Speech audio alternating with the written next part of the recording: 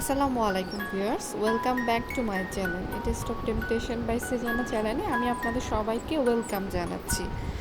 আজকে আমি আপনাদের মাঝে হাজির হয়েছি ইলিশ মাছ দিয়ে কচুর লতি। এই রেসিপিটি এটি সবারই খুবই পছন্দের একটি রেসিপি, কিন্তু চিন্তা করলে সবার কাছে মনে হয় যে রেসিপিটি আসলে খুবই কষ্টসাধ্যকর বানানো। কিন্তু আজকে আমি আপনাদের মাঝে নিয়ে হাজির হয়েছি কিভাবে খুবই সহজে আপনারা ঘরে বসে সহজে ইলিশ মাছের মাথা এবং লেজ দিয়ে কিভাবে আপনারা ঘরে লতি রেসিপিটি বানাতে পারেন। এবং এই রেসিপিটি খুবই সহজ এবং খুবই সুস্বাদু। ভিউয়ার্স, চলুন শুরু করি। এই যে ভিউয়ার্স, এখানে আমি ইলিশ মাছের মাথা, লেজ, কাঁচা এগুলো আমি হলুদ, মরিচ, লবণ দিয়ে ভেজে নিয়েছি। আর এই যে লতি আমি চিকন চিকন করে কেটে ধুয়ে নিয়েছি। আর এখানে পেঁয়াজ কুচি, দুটি বড় বড় পেঁয়াজ কুচি কুচি কুচি করে কেটে নিয়েছি, ধনে পাতা কুচি।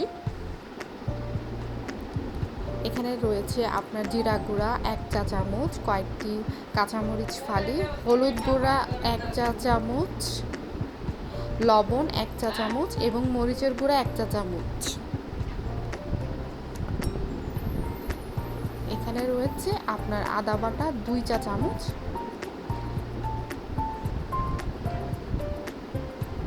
এবং রসুন বাটা হচ্ছে আপনার 4 টেবিল চামচ, আর তেল হচ্ছে 1 কাপ।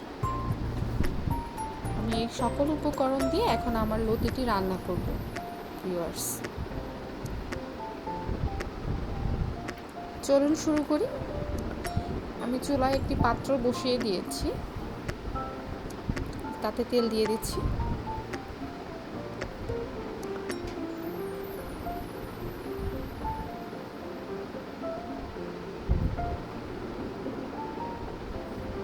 এখন আমি পেঁয়াজ কুচিগুলো দিয়ে দিচ্ছি।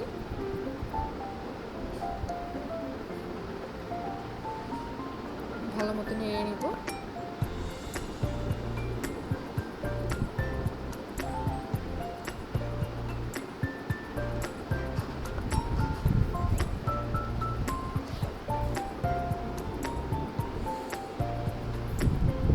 এখন আমি লবণ দিয়ে দিচ্ছি। লবণ দিয়ে ভালো মতো নেড়ে নেব।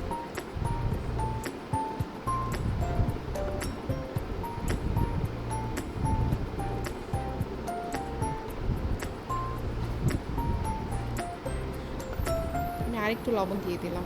আমার কাছে মনে হয়েছিল লবণ একটু কম হয়েছে, যেন আরও 1 চা চামচ লবণ দিয়ে দিয়েছি। দিয়ে ভালো মতো নেড়ে নিচ্ছি।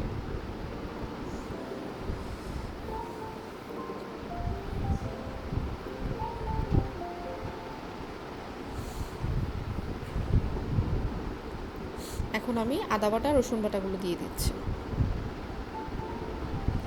ভিউয়ার্স, একটা কথা আপনাদেরকে শেয়ার করছি, এটি আপনারা টিপস হিসেবে ব্যবহার করতে পারেন। লতি রান্না করলে সবসময় রসুন বেশি ব্যবহার করবেন, তাহলে গলা চুলকায় না। এখন আমি সকল যে উপকরণ রয়েছে, হলুদ, মরিচ, জিরা এবং আপনার কাঁচামরিচ ফালি, এগুলো আমি দিয়ে দিয়েছি। দিয়ে এখন ভালো মতো নেড়ে নেব, কষিয়ে নেব। যত ভালো কষা হবে তত রান্নাটি স্বাদ বেড়ে যাবে।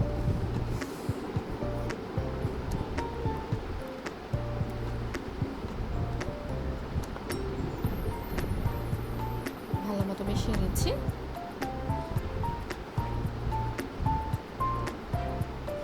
আমার কাছে মনে হলো আরেকটু তেল প্রয়োজন, এই জন্য আমি কিছু পরিমাণ তেল দিয়ে দিলাম। 1 টেবিল চামচের মতো তেল দিয়েছি ভিউয়ার্স।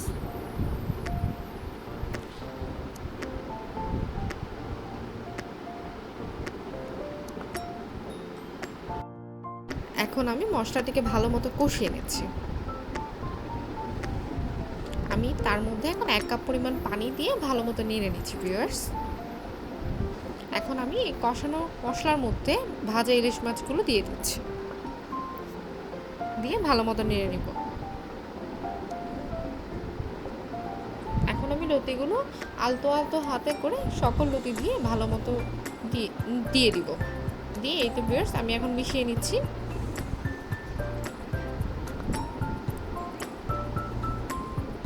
ভালো মতো মিশিয়ে নিতে হবে।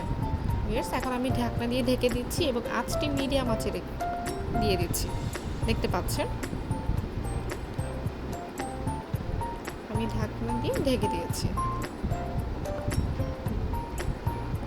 এই যে ভিউয়ার্স, আমি ঢাকনা তুলে এখন কিছু ধনেপাতা উপরে ছিটিয়ে দিচ্ছি।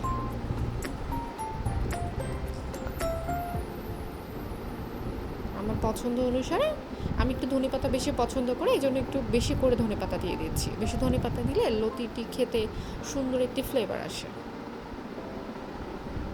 এভাবে আমার খেতে ভালো লাগে, দ্যাটস ওয়াই আমি এভাবে একটু ধনেপাতা একটু বেশি ব্যবহার করেছি। আপনারা যদি ধনেপাতা কম খেতে পছন্দ করেন তাহলে আপনারা কম ব্যবহার করবেন। এখন ভিউয়ার্স, আমি আরেকটু ঢেকে দিচ্ছি। এই তো ভিউয়ার্স, আমার লতি হয়ে গিয়েছে। দেখুন কি সুন্দর হয়েছে। এই যে আমি সুন্দর করে পরিবেশন করে সাজিয়ে নিয়েছি। আপনারা চাইলে ঘরে বসে খুবই সহজে এই লতি রেসিপিটি বানিয়ে করে নিতে পারবেন এবং খুবই সুস্বাদু এবং খুবই সহজলভ্য। এই বাসায় অনেক সময় ইলিশ মাছের মাথা এবং লেজ খাওয়া হয় না, সো আপনারা চাইলে লতি কিনে এনে বেছে ইলিশ মাছের মাথা দিয়ে আপনারা এই রেসিপিটি বানিয়ে নিতে পারবেন। এটি আমাদের বাংলার ঐতিহ্য এবং আমাদের বাঙালির একটি কালচার। সবাই এই রান্নাটি খুবই পছন্দ করে। আশা করছি আমার রেসিপিটি ভিউয়ার্স আপনাদের খুবই ভালো লেগে থাকবে। যদি ভালো লেগে থাকে তাহলে আমার চ্যানেলটিকে সাবস্ক্রাইব করবেন এবং লাইক, কমেন্ট এবং শেয়ার করবেন আপনার বিলভ ওয়ান্সের সাথে।